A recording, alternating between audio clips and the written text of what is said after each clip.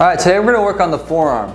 We're working on both sides of the forearm. This is a major rotational set of bones here. Tons of muscles around there that go into your hands. And so these can get super bound up as we're playing sport, as we're gripping stuff, as we're working on the computer and all that, working on our phones and all that. And so we want to release this today. We're gonna use a peanut. You can also use a single ball, a cross ball, or some type of a stiff ball if you want to. I'm gonna use a peanut today because that just stays in place a little easier for me. And so I'm gonna start working on the inside part of the forearm first, and I'm gonna work towards the back side as well. So I'm gonna start here, palm facing down.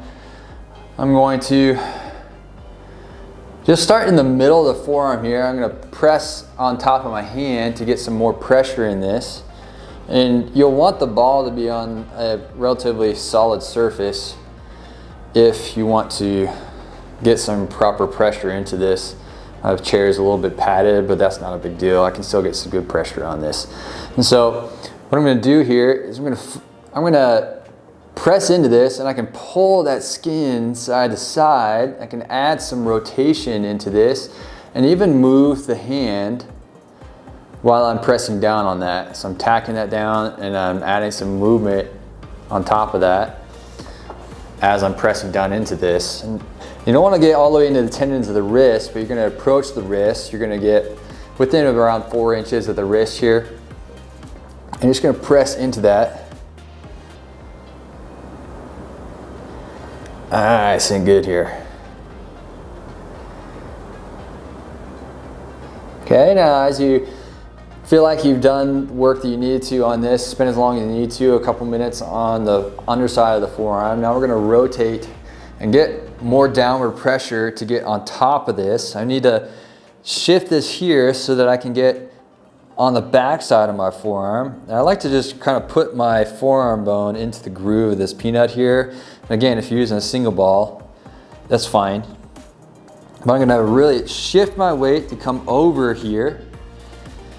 And then I'm able to really get on the back side of that forearm. I'm using my hand to get extra pressure here.